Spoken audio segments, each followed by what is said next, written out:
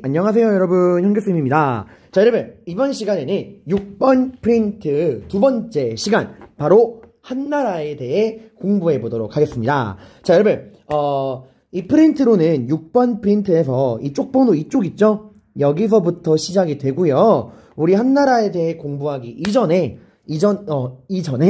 전 시간에 배웠던 이 진나라에 대해 다시 한번 간략하게 정리해 보도록 하겠습니다. 자, 중국의 기나긴 분열기 춘추 전국시대, 그 춘추 전국시대의 분열기를 끝낸 진나라, 그 진나라를 이끌어서 통일을 이루었던 진시황, 그 진시황의 정책이 진나라의 핵심이에요. 이 진시황의 정책은 오늘 배울 한무제의 정책과 비교해서 분석을 하셔야 되고요. 이 진시황의 정책을 우리가 내정과 외정으로 나누어서 법가적인 통치, 황제 지배체제, 중앙집권체제 확립, 시황제라고, 잠깐만. 진시황의 정책은 내정과 외정으로 구분을 해야 되고, 내정이라 그러면 이파를 등용해서, 상황 아닙니다. 이파를 등용해서 법가적인 통치를 시행했고, 모든 권력을 중앙으로 모으는 황제 지배체제, 중앙집권체제를 확립했고요. 최초의 황제라는 시황제라는 용어를 썼고, 전국에 일괄적으로 뭘 적용해요? 군현제. 군현제라는 게 처음 등장한 건 춘추 전국 시대지만 그땐 전국적으로 군현제가 시행되진 않았죠. 일부 지역이었습니다. 하지만 진시황은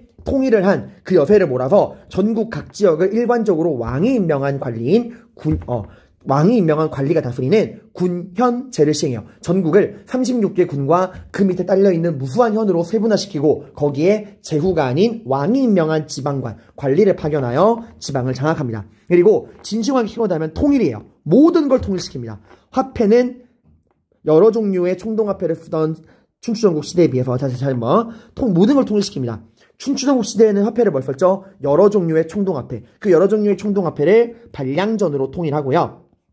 각 칠국별로 다른 글자를 쓰던 거를 진나라의 글자인 전서체로 통일하고요. 길이, 무게, 부피 단위를 세는 도량형을 통일하고 수레바퀴 폭을 통일하고요. 사상도 통일합니다. 분서, 갱유 이런 것들을 통해서 화폐와 도량형을 통일하면서 상업, 경제, 조세 효과적인 확보, 교류가 활발해지고요. 문자의 통일을 통해서 행정, 전달력과 중앙집권 체제가 강화되고요. 분서갱유를 통해서 사상을 통제하게 됩니다. 그리고 외정으로는 어딜 토벌해요? 흉노, 몽염을 시켜서 흉노를 토벌하는데, 이때의 흉노 토벌은 중국 땅에 들어와 있는 흉노를 쫓아내는 거야. 우리 안방에서 나가! 이거예요. 그리고 만리장성을 건설합니다. 그 전에 육국들이 만들어 놓은 성벽을 일괄적으로 연결한 거고요. 이 만리장성은 명나라 때까지 계속 보수가 돼요. 오늘날 우리가 보는 만리장성은 명나라 때에 만들어진 만리장성입니다. 그리고 베트남 북부를 정벌하지만 너무나 가혹한 법가의 통치와 대규모 토목공사로 인해서 민심이 떠나가게 되고, 진시황이 죽은 지 1년 뒤에 최초의 농민반란 진승오광의 난, 왕후장상의 시가 따로 있냐라는 진승오광의 난을 기점으로 다시 이 진나라는 육국이 분열되게 됩니다. 다시 분열된 이 시대에서 다시 중국을 통일하기 위해, 패권을 잡기 위해 두 남자가 등장하죠. 귀족 출신의 초나라 항우와 농민 출신의 한나라 유방이 싸우니 이것이 바로 초한쟁패기예요. 여기서 이제 유방의 한나라가 승리하면서 유방이 이제 한나라를 건국하게 됩니다. 수도는 장안이고요. 이게 이제 우리가 알고 있는 소설 초한지 이야기고, 이 진한교책에는 우리 한국 사람도 연결돼 있어요. 이 진나라에서 초한쟁패기를 거쳐 한나라가 들어서는 이 진한교책이 때 권력 싸움에 밀려난 위만이 철기를 들고 고조선에 와서 단군조선을 무너뜨리고 위만조선을 건국을 하잖아. 그죠? 기억하실 거예요, 여러분들. 이게 연결돼 있는 거야. 자, 그럼 오늘은 이 항우를 물리치고 이 초한지를 승리로 이끈 그 유방, 한고조 유방이 만든 한나라에 관해서 살펴보도록 하겠습니다. 한나라는 진나라랑 달라요. 굉장히 500년 정도 지속된 나라고요. 오늘날 중국의 그 모든 토대의 기본이 한나라에서 나옵니다. 오늘날 우리가 중국 글자를 뭐라 불러? 한자. 중국인들을 한족이라 부르잖아. 그 한이 이 한이에요, 여러분들. 자, 그럼 보겠습니다. 자, 한고조 유방이 항우를 꺾고 이제 한나라를 건국하게 됩니다. 자, 근데 이때 여러분, 한나라는 기본적인 두 가지의 과제가 있어요. 한나라의 과제. 대내적 과제와 대외적 과제가 있는데, 대외적 과제는 뭐냐? 다시 흉노가 한나라를 위협하게 됩니다. 쌤, 진시황이 쫓아내고 성벽 쌓았잖아요, 만리장성. 그쵸. 근데 진시황이 죽고 나라가 혼란에 빠지고 이 초한 쟁패기 이렇게 중국이 혼란에 빠지니까 다시금 흉노가 이 중국을 위협하게 됩니다. 새로운 통일제국인 한나라는 이 흉노의 위협으로부터 나라를 지켜야 됐어요. 그리고 대내적으로는 여러분 춘추전국 시대 기억할 거야. 이 무한경쟁 시대의 각국의 관심은 뭐예요? 부국강병. 그럼 부국강병을 위해서는 누굴 효과적으로 관리해야 돼? 농민들을. 이 농민들을 자영농으로 만들어서 건실한 중산층을 육성해야 됐어. 왜? 이 농민들이 결국 국가에 세금을 내는 자원이자 동시에 전쟁에 동원되는 병사, 노동력이잖아. 그러니까 국가 입장에서는 백성들의 삶을 안정시켜서 토지를 나누어주고 세금을 깎아주고 이런 각종 변법을 통해서 이런 씨족 공동체의 지방분권적 봉건제가 아니라 중앙집권적 군현제의 체제 아래서 일반 백성들을 생존이 가능한, 자립이 가능한 자영농으로 만들어서 국가를 안정적으로 운영하려고 했던 게 춘추전국시대잖아요. 근데 이게 이제 진나라, 한나라 거쳐가면서 이 건실한 자영농층이 무너지게 돼요. 결국에 다시 또 빈부격차가 벌어지게 되고 토지를 독점하는 대지주와 어마어마한 돈을 벌이는 대상인들로 점점점 나라의 자영농이 몰락하고 대지주 대상인을 중심으로 빈부격차가 벌어지게 돼요. 사실 이거 어쩔 수가 없는 거예요. 춘추전국 시대에는 이런 빈부격차의 흐름을 국가가 인위적으로 막아놓은 건데 이게 점점점 사회가 복잡해지고 다변화되고 기술이 발전하면서 더 이상 국가가 이렇게 일괄적으로 통제하는 그게 힘들어진 거야. 거기다가 진나라 말기부터 계속 중국이 또 혼란기에 접어들잖아요. 그러면서 이 틈을 타서 토지를 겸병하는 대지주, 또 돈을 독점하는, 고리대로 돈을 독점하는 대상인들이 등장하게 됩니다. 이걸 해결해야 돼요. 한나라의 과제는 두 가지. 대외적으로는 흉노의 위협으로부터 나라를 지켜야 되고 대내적으로는 이런 대지주와 대상인들을 견제하고 다시 자영농을 육성하는 빈부격차를 줄이는 이게 2대 과제였습니다. 이걸 먼저 염두에 두세요. 자, 한고조 유방은 어떤 정치를 했느냐? 여러분, 제가 말했지만 한고조 유방은 귀족 출신이 아니에요. 농민 출신이었어. 본인의 능력보다는 본인 주변을 지켜주는 한신, 팽월 등등 이 뛰어난 인재들, 소하, 장량, 한신 같은 인재들이 이 사람을 황제로 만들어준 거란 말이야. 그러니까 이 사람은 본인의 힘보다는 주변의 도움을 받아 황제가 된 거다 보니 황제의 힘이 그렇게 강하지가 않았어요. 자기를 왕으로 만들어준 건국 공신들을 무시할 수가 없는 거야, 얘들아. 그래서 비록 유방이 많은 공신들을 숙청하긴 했지만 기본적인 이 힘은 굉장히 약해집니다. 그래서 유방은 어떤 체제를 들고 나오냐? 군국제. 자, 이게 뭐냐? 여러분, 기본적으로 국가를 운영하는 체제는 두 가지가 있었죠. 지방분권적인, 제후들에게 지방의 관리를 맡기는 지방분권적인 봉건제와 왕이 전국을 군현으로 나누고 왕의 손발이 되는 지방관을 파견하는 중앙집권적 군현제. 이게 원래 기본 체제잖아. 그치? 그러다가 진나라 때는 전국적으로 군현제를 시행한 거잖아요. 유방도 당연히 군현제를 하고 싶지만 힘이 제약돼 있다 보니까 군현제랑 봉건제를 섞어 쓰는, 봉건제와 군현제를 섞어 쓰는 군국제를 시행하게 돼요. 그러니까 본인의 입김이, 통치력이 미치는 지역에는 지방관을 파견하는 군현제의 시스템으로 가지만 본인의 통치력이 미치지 않는 외곽 지역은 자기를 도와준 공신들을 제후로 임명하는 봉건제를 섞어 쓴 거예요. 그러니까 중앙과 자기 주변 지역은 군현제, 외곽 지역은 봉건제, 이 둘을 섞어 쓴 군국제라고 하는 거예요. 이거는 한고조 때 등장한 체제라서 이게 나오면은 이게 한고조구나 라고 여러분이 알 수 있어야 됩니다. 군국제 기억해두세요. 여기 아래쪽에 선생님이 군국제 그림을 표시해 놨습니다. 군현제와 봉건제를 융합한 군국제. 이거를 군현제랑 여러분이 구분해서 보세요. 설명도 선생님이 여기 적어놨으니까 읽으시면 이해가 될 겁니다. 자, 그리고 대내적으로는 군국제를 통해서 나라를 안정시키려고 했고요. 대외정책, 누구를 물리쳐야죠? 흉노를 물리쳐야죠. 그래서 나름 유방은 자신감이 있었어요. 항우를 물리치고 이 중국의 주인이 된 거잖아. 그래서 유방이 직접 30만의 군대를 이끌고 흉노랑 한판 승부를 벌이기 위해 백등산으로 가게 됩니다. 하지만 여기서 대패예요. 당시 흉노가 여러분 흉노는 유목민족이잖아요. 유목민족은 전투력은 굉장히 강해. 근데 얘네 약점이 뭐냐면 부족 단위로 생활을 하기 때문에 단결이 안 돼요. 근데 그 말은 가뜩이나 이렇게 부족 단위로 분열돼 있어도 그렇게 전투력이 무시무시한 유목민족인데 통일된 지도자가 나와서 유목민족이 하나로 뭉친다? 대재앙입니다. 징기즈칸 기억해봐요. 몽골이 하나로 뭉친 애가 전 세계가 다 이 몽골의 말발과를 짓밟혔잖아. 당시 흉노도 하나의 통일된 지도자가 등장합니다. 그게 바로 흉노를 하나로 묶은 묵특선우예요. 엄청난 사람이거든요. 이게 동아시아에서 되게 자세하게 나오는데 이 묵특선우가 이끄는 흉노군에 의해서 한 고조 유방은 처참한 패배를 당하게 됩니다. 이게 바로 백든산 전투고 여기서 항복에 가까운 굴욕적인 조약을 맺어요. 이게 바로 평성의 치예요. 실제 이때 유방이 죽을 뻔했어요. 백등산에 포위돼. 그러다가 겨우겨우 이 묵특선우의 아내와 주변 측근들에게 뇌물을 바쳐가지고 겨우겨우 이 포위를 풀고 살아나가게 됩니다. 이게 바로 평성의 치라고 하는 거야. 그래서 흉노에게 한나라가 패배하고 백등산 전투에서 패배하고 굴욕적인 화의를 맺었다. 이것이 바로 평성의 치입니다. 흉노랑 화친을 맺고 흉노와 형제 관계를 맺어요. 당연히 누가 형이야? 전투에서 이긴 흉노가 형이고 한나라는 동생이 된 거예요.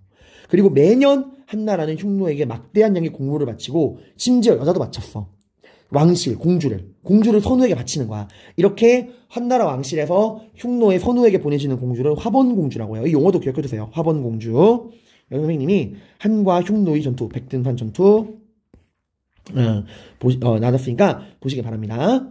자, 이게 한 고조인데 한 고조의 기본적인 여러분이 보시면 문제가 뭐냐면 군국제야. 봉건제는 기본적으로 지방 분권적이고 지방 제후들에게 너무나 막대한 자치권을 주다 보니까 문제가 생길 수밖에 없어. 당연히 한나라의 역대 황제들은 봉건제를 유지하고 싶지 않겠죠. 그죠? 그래서 점점점 지방 제후들로부터 토지랑 나누어준 이런 권리들을 회수하려고 시도를 합니다. 한 고조 이후부터 계속 그래요. 심지어 한 고조도 살아있을 때 많은 이런 작업을 시행을 해요. 그러니까 점점점 제후들의 권한을 뺏어가니까 제후들이 불만이 생기겠죠? 그래서 이 제후들이 난을 일으키니 이게 한 고조가 죽고 난 이후에 있었던 5초7국의 난이야.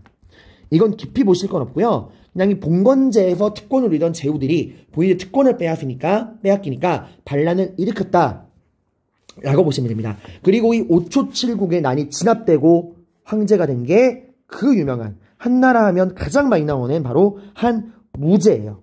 이 한무제는 여러분들이 진시황과 비교해서 알아두셔야 합니다. 자, 한무제는 이미 한무제가 즉위하기 전에 5초7국에 난 제후들의 난은 진압이 됐어요. 이게 더 이상 이제 제후들이 힘이 없어. 그 한무제는 그 여세를 몰아서 정치체제를 전국적으로 다시 뭐로 돌려? 진나라 때 진시황처럼 9년제로 돌립니다. 전국을 군과 현으로 나누고 이 군과 현에 제후가 아닌 왕이 황제가 임명한 지방관을 보내서 전국을 중앙집권체제로 개편하게 돼요. 한무제는 한 고조와 다르게 다시 전국적으로 9년제를 시행했다라고 하는 거고 진시황이랑 비교해봅시다. 둘 다 똑같죠. 진시황도 전국적으로 9년제 시행했고 한무제도 전국적으로 9년제를 시행했어요. 다만 차이점은 뭐냐? 진시황은 뭘 가지고 나라를 다스렸죠? 법가의 이념으로 나라를 다스렸죠. 한무제는 법가라지 않습니다. 왜? 법가는 당장의 효율은 좋지만 너무 사람을 숨막히게 해. 사람이 금방 지쳐. 그래서 진나라도 봐봐요. 진시황도 너무 가혹하게 법치를 하니까 진숙 5광의 난, 진시황이 죽은 지 1년 만에 진숙 5광의 난 터지고 결국 나라가 무너졌잖아. 그래서 한무제는 좀 더 소프트하게 하지만 체계적으로 나라를 이끌어야겠다. 그럼 법가가 아니라 뭐로 나라를 안정적으로 이끌 수 있을까? 고민하다 보니까 눈에 들어온 게 뭐예요? 유교예요. 왜? 유교는 기본적으로 뭐죠? 도덕성을 회복하자. 인덕, 예를 중심으로 한 도덕 정치잖아. 이 도덕 정치 속에서 뭘 발견했냐? 충. 가족에서 자식은 부모에게 뭘 다해야죠? 효를 다해야 됩니다. 이 효를 확장한 게 뭐야? 충이야.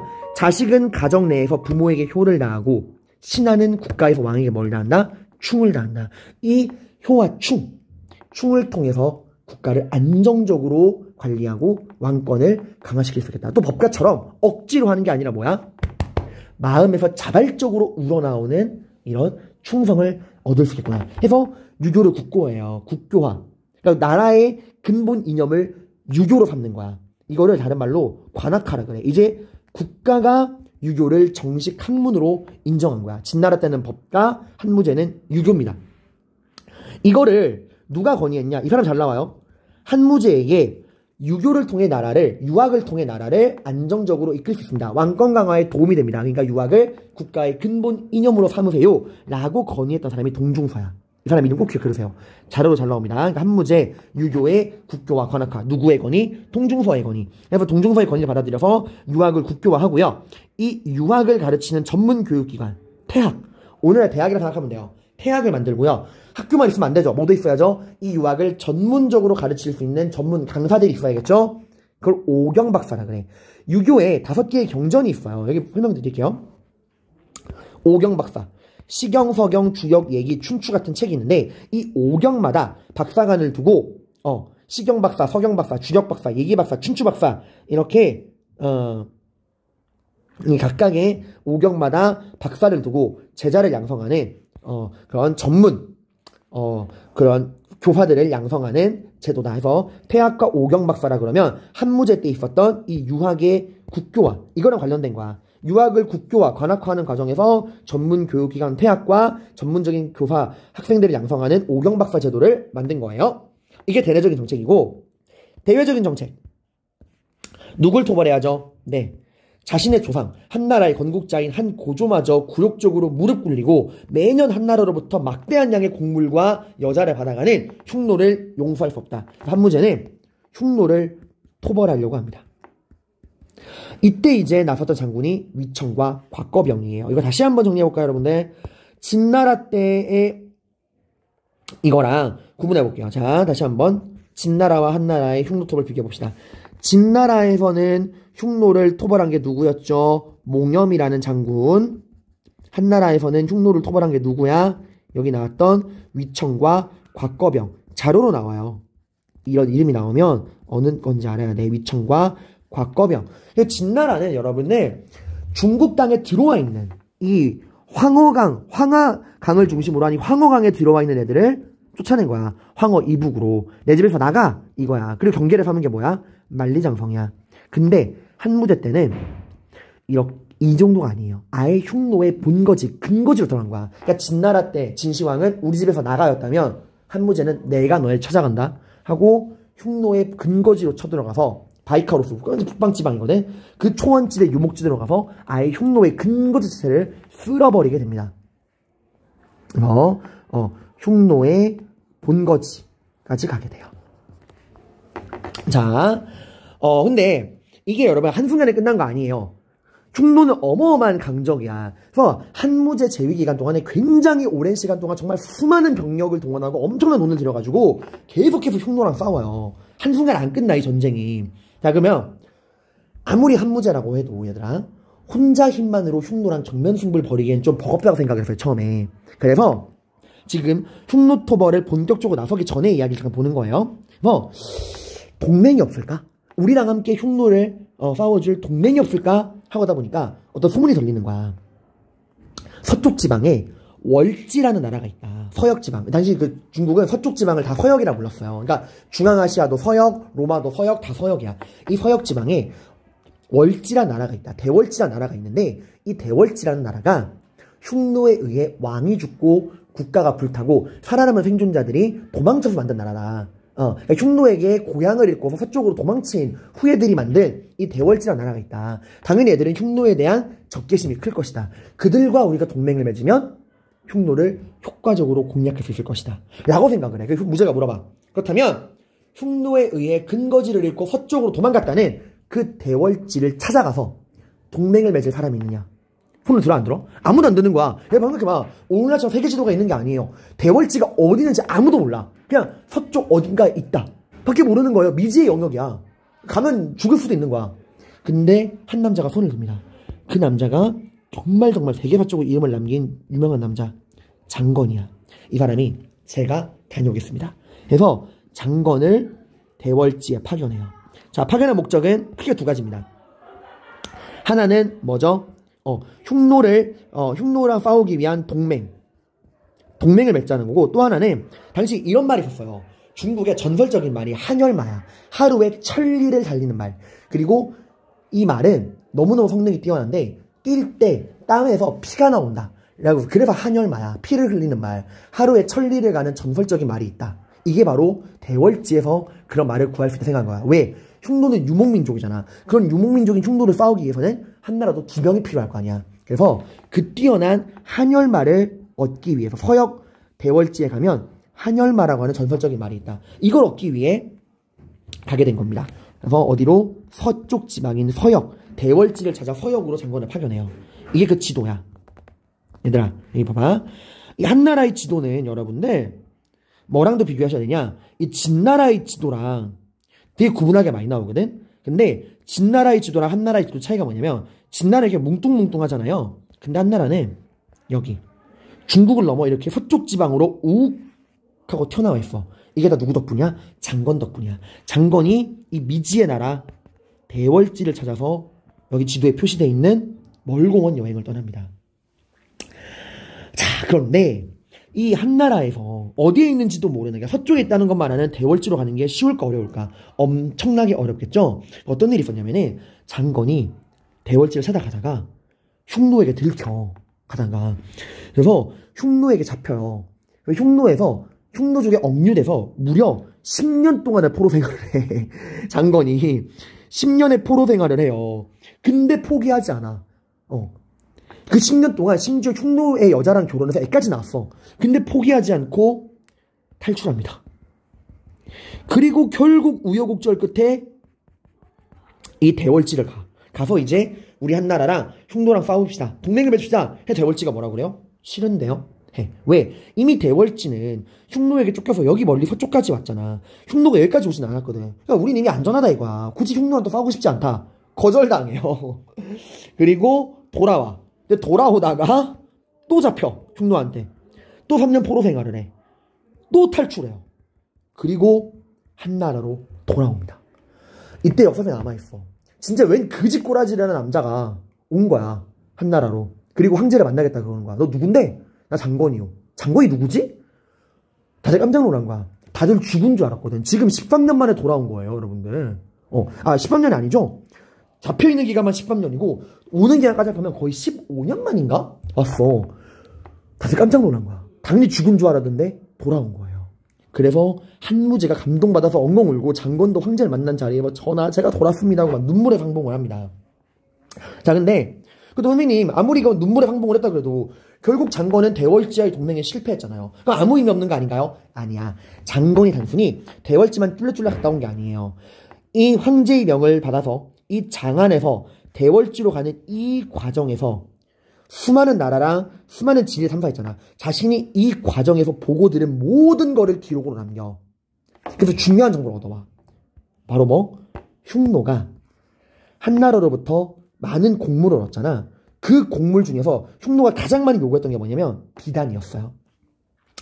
흉노가 한나라로부터 비단을 얻어서 이 비단을 이 서역 국가들에게 팔고 있던 거야. 그러니까 흉노가 뭐 하고 있던 거야? 서역과 중개무역을 하고 있던 거야. 뭐로? 한나라의 비단으로. 이게 흉노의 돈줄입니다. 그러니까 우리가 이 흉노가 서역과 중개무역을 하는 이 길을 우리가 차단해서 흉노의 돈줄을 끊어야 됩니다. 라고 장건이 이야기를 한 거야. 그래서 이 길을 한나라가 딱 막아버려요. 그래서 이 길을 뭐라 그러냐? 비단이 전래되는 길이라 해서 비단길이라 그래. 그리고 이젠 흉노가 아니라 한나라가 자기들이 직접 서역의 국가들과 비단 무역을 하게 되는 거야. 그래서 이 장건의 이런 대월지 파견 과정에서 뭐가? 바로 비단길이 개척되게 되는 겁니다. 네, 비단길이 개척되게 되는 거예요, 여러분들. 이게 중요한 거야. 이게 정말 중요한 겁니다. 자, 그리고 한무제는 결국에 이제 칼을 빼들고 본격적인 정복전쟁에 나서는데 어디를 또 가느냐? 종이 쳤어요. 남원로 가요. 기억나나요? 진시황이 베트남을 쳐들어갔잖아. 베트남 북부까지만 갔죠? 이번에는 베트남 전체를 다 정복합니다. 남은 남부 베트남까지 한무제가 정복을 해요. 그러니까 얘들아, 한무제가 처음부터 흉노랑 정면 승부를 한 게 아니에요. 흉노를 토벌해야겠다 라고 계획을 하고서 제일 먼저 뭐 했죠? 장건을 대월지에 보내서 동맹국을 얻으려고 했고, 그 과정에서 비단길을 개척하고 흉노와 서역의 무역을 끊어버리고 돈줄을 끊어버리고요. 또 가장 큰 적인 흉노를 상대하기 전에 주변의 곁가지들을 다 정리해야겠다. 그래서 베트남을 쳐들어가.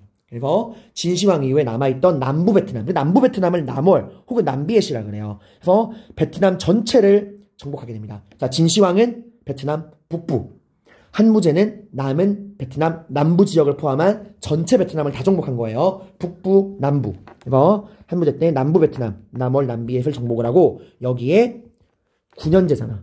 직접 지배를 위해 9개의 군을 설치합니다. 그리고 또 어디로 오죠? 우리 한국사랑 관련돼 있죠.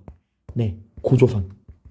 여러분이 한국사 교과서에서 배울 때는 이때 위만조선이었죠. 진안교체기 때 위만이 넘어가서 철기 문화를 바탕으로 위만조선을 건국하잖아요. 단군조선을 무너뜨리고.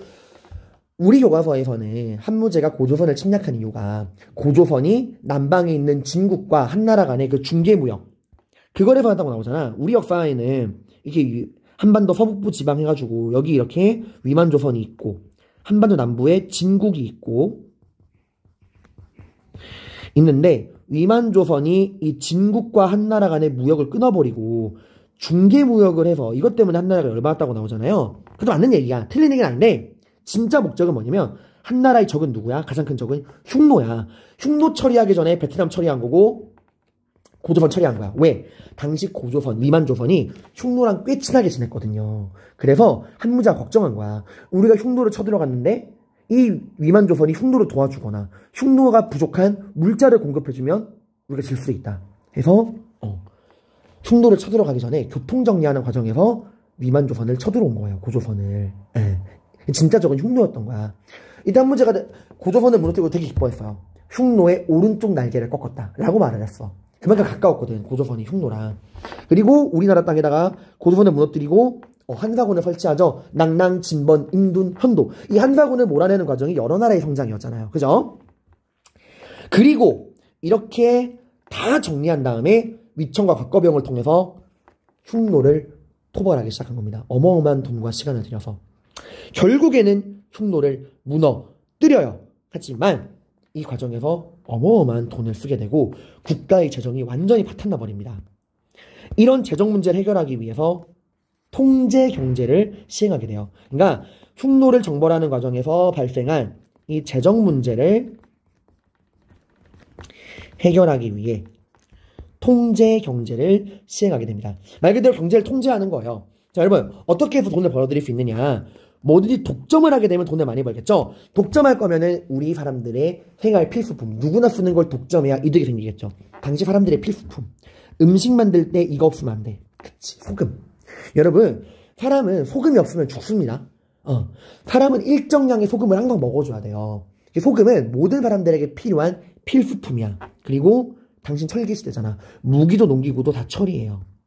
이 소금과 철을 생산, 유통, 판매 모두 다 국가가 독점하는 거야. 이걸 우리가 전매자라 그래요. 그러니까 한무제 때만 해도, 그러니까 초반 이거 시행하기 전까지만 해도 민간에서 상인들이 자기들이 직접 소금을 생산해서 팔고 철을 생산해서 팔고 소금과 철의 생산 유통 판매가 자유로웠는데 이걸 이제 다 통제하는 거야. 이제 소금과 철의 생산 유통 판매는 오직 국가만이 담당한다. 독점을 하는 거야. 이걸 다른 말로 소금, 염, 철 해서 염철 전매자라 그래요. 독점을 하는 겁니다. 그리고 이 외에도 국가가 물건을 사고 파는 것에서 어떻게 돈을 버느냐. 여러분 이때는 교통이 그렇게 편리한 시대가 아니니까 봐봐, 생각해봐. 해안가에서는 생선이 어떨까요? 잘 잡히니까 싸겠죠. 근데 내륙지방은 생선을 구하기 힘드니까 내륙지방은 생선이 비쌀 거 아니야. 그치?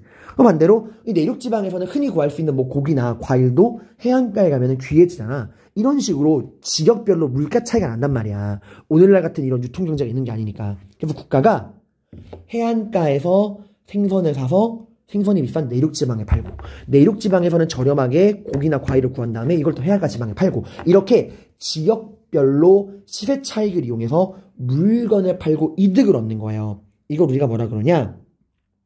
균수법이라 그래.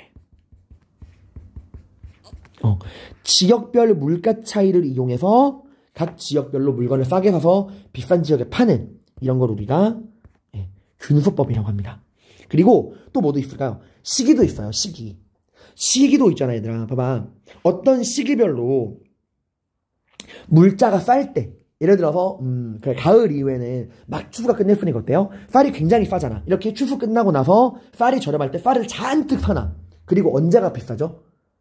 씨 뿌린 직후 봄에 비싸잖아. 이럴 때 이제 파는 거야. 그러니까 물건을 저렴한 시기에 구입해서 국가가 잔뜩 챙겨놨다가 비쌀 때 파는 거야. 이걸 평준법이라 그래요. 이런 식으로 국가가 돈을 벌기 시작한 겁니다. 여기 전매제도, 특정 물품의 생산과 판매를 국가가 독점하는 제도, 소금과 철을 독점 판매했다. 그리고 여기 있죠. 예. 균수법과 평주법, 지역별 시세 차익을 이용한 균수법, 그리고 시기별 시세 차익을 이용한 평준법, 이걸 통해서 돈을 벌었다라고 하는 거예요. 자, 그 다음에 화폐도 통일합니다. 화폐도 이때 막 상인들이 자기들 화폐를 찍어냈거든. 이제부터 오직 국가만이 화폐를 독점적으로 유통한다. 국가가 화폐를 발행하면은 이 물가나 이런 거에 따라서 화폐 유통의 조절을 통해서 돈을 얻을 수 있고 물가를 조절할 수 있잖아요. 그죠? 그래서 오늘날도 화폐 발행은 국가가 독점하잖아. 굉장히 중요한 거거든. 너도나도 화폐를 찍어내면 관리가 안 되잖아요. 그래서 한무제가 만든 화폐가 오후전이에요. 이거 뭐랑 비교해야 돼? 진시황이 만든 화폐. 진나라 화폐가 뭐죠? 발량전. 한나라 때는 오후전. 이렇게 해서 돈을 마련하고, 이걸 시행하는 이유가 뭐야? 돈을 마련하는 거야. 재정 마련. 그리고 물가를 조절하고, 또 동시에 누굴 견제하기 위한 거야? 대상인. 한나라에 이때부터 빈부격차가 되게 심해져요. 어떻게든 대상인들을 견제하기 위한 방법입니다. 근데 선생님, 한무제는 상인도 아닌데 어떻게 이렇게 똑똑하게 염철전매제라든가 균수법 평준법을 했나요? 한무제가 똑똑한 이유가 뭔지 알아요? 이 정책 누가 했는지 알아? 한무제가 한 거 아니야.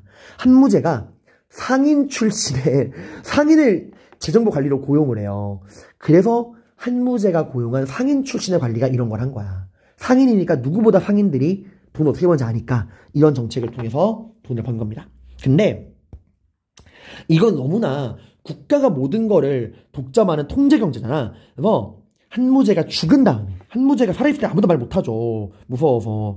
한무제가 죽은 다음에 이러한 국가의 염철전매제 같은 통제정책이 옳으냐 잘못된 것이냐를 놓고서 관리들끼리 토론이 벌어집니다. 이게 바로 염철론이에요. 염철전매제 계속해야 되나 말아야 되나 토론이 벌어지는데, 당시 법가사상의 관리들은 국가의 이득을 위해서 국가가 이렇게 경제를 통제하는 건 잘못된 것이 아니다 라고 이야기했고, 유가의 관리들은 국가가 사사로이 백성들과 이득을 가지고 다투는 건 잘못된 것이다 라고 반대해요. 이거에 대한 게 몇 번 자료로 나왔어.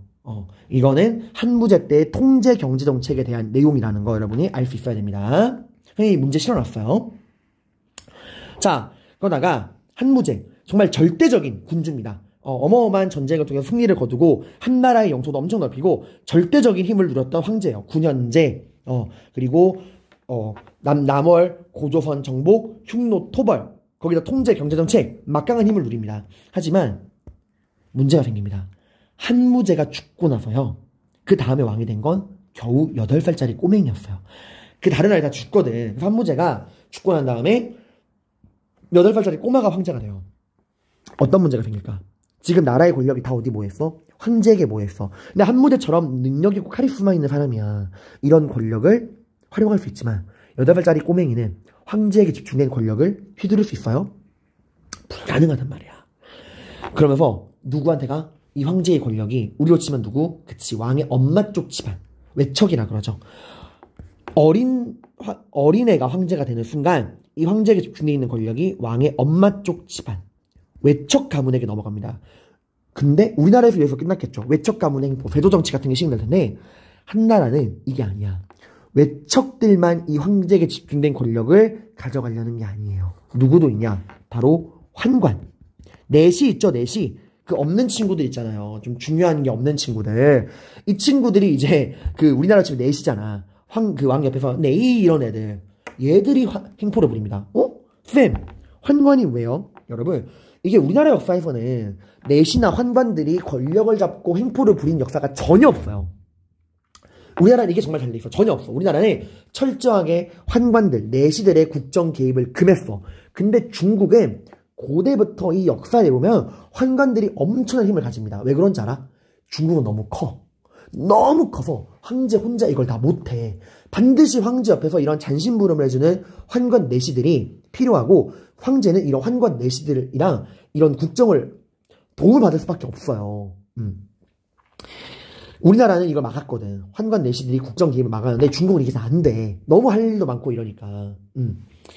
그리고 아무튼 그러다 보니까 더 깊이 들어가면 좀 너무 TMI니까. 아무튼 한무제가 죽은 이후 황제에게 권력대 집중을 가져가기 위해서 왕의 외가 쪽, 엄마 쪽 집안인 외척과 이 환관들이 갈등하고 날뛰기 시작했다. 그래서 외척과 환관의 행포가 엄청나게 늘어납니다. 이게 나오는 거야. 무제사 후, 무제가 죽은 다음에 이 없는 친구들과 왕의 외가 쪽 친척들이 날뛰었다라는 거야. 여러분, 중국에서 환관은 인기 직종이에요. 가난한 백성들이 출세할 수 있는 거 환관밖에 없어. 그래서 환관을 3,000명 뽑는다 그러면 3만 명이 지원하고 그랬다 그래. 근데 이때 되게 많이 죽었어요.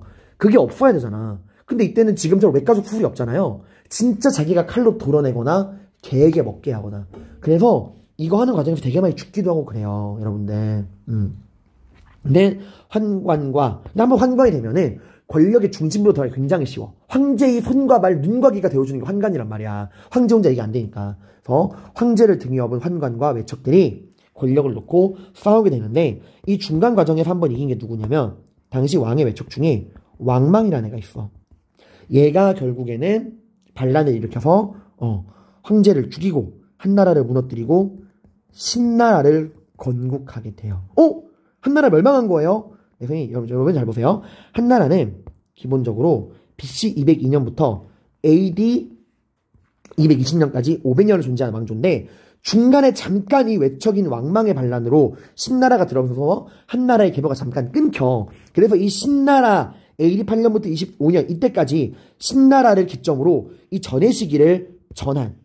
그리고 신나라는 금방 망해요. 그리고 다시 한나라가 부활하거든. 그래서 신나라 이후를 후한이라 그래. 그래서 우리가 전한 후한을 구분해야 돼요. 신나라를 기점으로 그 전을 전한, 이후를 후한이라고 합니다. 자, 아무튼 이 신나라는 AD 8년에 왕실의 외척이었던 왕망이 건국을 하게 되는데, 당시 왕망은 이런 생각을 해요. 당시 한나라가 이때쯤 가면은 빈부격차가 굉장히 심해집니다. 지방에서 대지주와 대상인 출신들이 호족으로서 군림하고, 백성들은 토지를 잃고 빈농, 소작농으로 전락하고, 빈부격차가 굉장히 심했어요. 왕망은 굉장히 이상주의적 사람이야. 이 빈부격차를 해소해야 된다. 빈부격차가 존재하지 않던 시대로 돌아가야 한다. 그때가 언제? 주나라 때. 이 씨족 공동체 사회, 유교적인 이념으로서 나라를 이끌어가던 그 우리 이상적인 주나라로 돌아가자. 주나라로 돌아가자라는 생각을 해요. 과거로 돌아가자 이거야. 이게 뭐라 그래? 이걸 복고라 그래요. 복고풍이라 그러죠. 주나라의 시절로 돌아가자는 거야. 이게 돼요, 안 돼요? 안 되죠. 왜 주나라가 평등해 보여? 왜 토지 공유제도가 시행됐죠? 기본적인 생산량이 없고, 일단 기반 자체가 청동기잖아. 청동기를 기반으로 해서 기본적인 물질 생산 능력이 안 되니까 원시 토지 공유제된 정전제가 나오고 막 그랬던 거야. 지금은 이미 완숙한 철기 시대예요. 더 이상 이 주나라 때로 돌아갈 수가 없어. 이미 시대가 변했어. 근데 그거를, 이 시대의 흐름을 거꾸로 돌리려고 그런 거야. 거기다 이 사람은 완전 이상주의예요. 유교적인 이상에 따라 나라를 다스려야 한다. 그래서 왕전제라는 걸 시행해. 그 주나라의 정전제를 본받기 위해서 왕전제라는 걸 시행하는데, 이게 뭐냐면 진짜 국가의 모든 땅은 왕의 것이다. 국가의 모든 땅은 왕의 것이니까 이제부터 모든 토지는 국유화한다. 토지 사유 개념을 인정하지 않는 거야. 토지 사유화를 금지하는 거예요, 여러분들. 이게 왕전제야. 모든 토지는 국가의 땅이다 라고 하는 거고, 그리고 모든 농민들이 다 같이 농사를 지어야 한다 라고 생각해서 토지 공유, 이런 거예요. 그리고 노비 매매를 금지합니다. 자, 근데 여러분 봐봐요. 여러분이 지방에서 대규모 토지를 갖고 있는 대지주 호족이야. 응? 근데 갑자기 여러분의 개인 사유재산을 인정하지 않고 다 국가가 모든 토지를 몰수한대. 당연히 반발이 심하겠죠. 놀라운 건 뭔지 알아? 백성들을 환영했나요? 아니에요. 놀랍게도 백성들도 엄청 반발했어. 왜? 원래 사람이라고 하는 거는 내가 조금 가지고 있을 때 그 조금 가지고 있는 게 뺏으면 더 분노합니다. 당시에 굉장히 조그만하지만 자기 땅을 갖고 있는 농민도 많았잖아. 내 소중한 땅. 근데 국가가 가져가는 거야. 내 소중한 땅을 가져가? 이래서 정말 토지가 얼마 없던 농민들이 더 반발했어요. 니네가 뭔데 내 걸 가져가? 그래서 호족들 뿐만 아니라 농민들도 왕망의 이런 정책에 극렬하게 반대하고, 결국 호족들의 반발로 AD 23년에 건국된 지 15년 만에 호족들의 반발로 신나라가 무너지게 돼요. 다만 이 신나라는 전환과 후환의 구분점으로서 이 토지 국유화, 사유화를 금지한 왕전제와 노비 매매 금지, 복고주의, 요건 좀 잘 나오니까 알아두시기 바랍니다. 자, 그리고 신나라가 멸망하고서 다시금 혼란기가 찾아와요. 신나라가 이제 23년에 멸망하잖아. 그 과정에서 혼란기가 또 왕이 되기도 할게요. 이 혼란기를 정리하고 다시 한나라를 부활시킨 게 AD 25년 광무제라 불리는 유후예요. 이 사람은 원래 지방 호족이었어. 왕족이지만 호족이었거든. 이 사람이 지방 호족들의 도움을 받아서 이 유후가 지방 호족들의 도움을 받아서 결국 이 혼란을 극복하고 한나라를 부활시키니 이게 후한이고 이 유후가 바로 후한을 부활시킨 광무제예요. 다만 애초에 나라를 만들 때부터 누구의 도움을 받았다고? 호족의 도움을 받았다고. 그러면 빈부격차를 해소하기 위해서 토지랑 돈을 독점한 대지주 대상인 지방에서 어마어마한 특권을 누리고 있던 지방의 대토지 소유자거든. 사실 얘네가 빈부격차의 원인이야. 얘들이 백성들 땅 다 뺏어가고 있단 말이야. 호족은 이 지방 세력가로서 대토지를 소유하고 있던 애들이야. 그리고 어마어마한 대상인이기도 했어요. 얘들은 지주이면서도 상인이었던 어마어마한 돈을 가지고 있던 애들이었어. 얘들이 바로 빈부격차의 주범이야. 하지만 광무제는 이런 호족들을 견제할 수 있을까? 못합니다. 본인을 왕으로 만들어준 게 호족이잖아. 그래서 후한은 호족 연합정권의 성격이 강하고 더 이상 이런 호족들의 토지와 부의 독점을 막지 못하고 빈부격차는 더 벌어지게 돼요. 이 후한의 수도가 어디예요? 여러분들 바로 낙양입니다. 러양. 자, 전한의 수도가 어디였지 얘들아? 그치. 전한의 수도는 앞에 외웠죠? 장안이었죠. 전한의 유방이 한나라를 건국할 때 전한의 수도는 장안. 그리고 이 후한의 수도는 어디? 낙양입니다. 수도로 옮겼어요. 장안, 낙양 구분하세요. 이게 지도에서 보여드릴까요? 네. 한나라의 전한의 수도 장안. 그리고 후한의 수도 낙양 혹은 러양이라 불리는 여기 러양이 바로 후한의 수도입니다. 알아두시고 나름 열심히 하긴 했지만 근본적인 문제는 해결되지 않고 결국 220년에 멸망하게 됩니다. 여러분, 자, 여전히 중앙에서는 환관과 외척들이 갈등을 벌이고 있어요. 이때 얼마나 심했냐면은 이때 환관 중에 10명의 환관을 십상시라 그래요. 당시 그 후한에 영제라는 황제는 이 십상시 중에 우두머리인 장양을 보고 아부라 불렀어. 아부지라 불렀어. 황제가 환관 보고 아부지래. 뭔 아부지야. 그거 없는데 얘들은. 아무튼 이런 식으로 환관이 권력을 장악하고서 국정농단을 하고 외척들이랑 계속 싸우고 있는 거야. 중앙에서 이렇게 환관과 외척들이 싸워. 지방에 대한 통제가 돼? 안 돼? 안 돼요. 지방에서 누가 날뛰어요? 호족들이 농민들 땅을 빼앗고 대토지를 소유하면서 백성들의 삶은 지옥으로 떨어지게 됩니다. 이런 백성들을 꼬드긴 종교가 있었습니다. 창천이사 황건 당립. 푸른 하늘, 한나라의 푸른 하늘을 주었다. 이제 황건의 시대가 도래할 것이다. 라고 한나라는 멸망할 것이고 새로운 시대가 도래할 것이다. 라고 했던 이게 태평도란 종교거든요. 이 태평도란 종교를 이끌고 있던 교주, 장각이 농민들을 모아서 황건적의 난을 일으켜요. 농민 반란이야. 황건적, 그 누런 띠를 쓴 거라 그래서 황건적이에요, 여러분들. 이게 뭐랑 구분해야 되냐면 나중에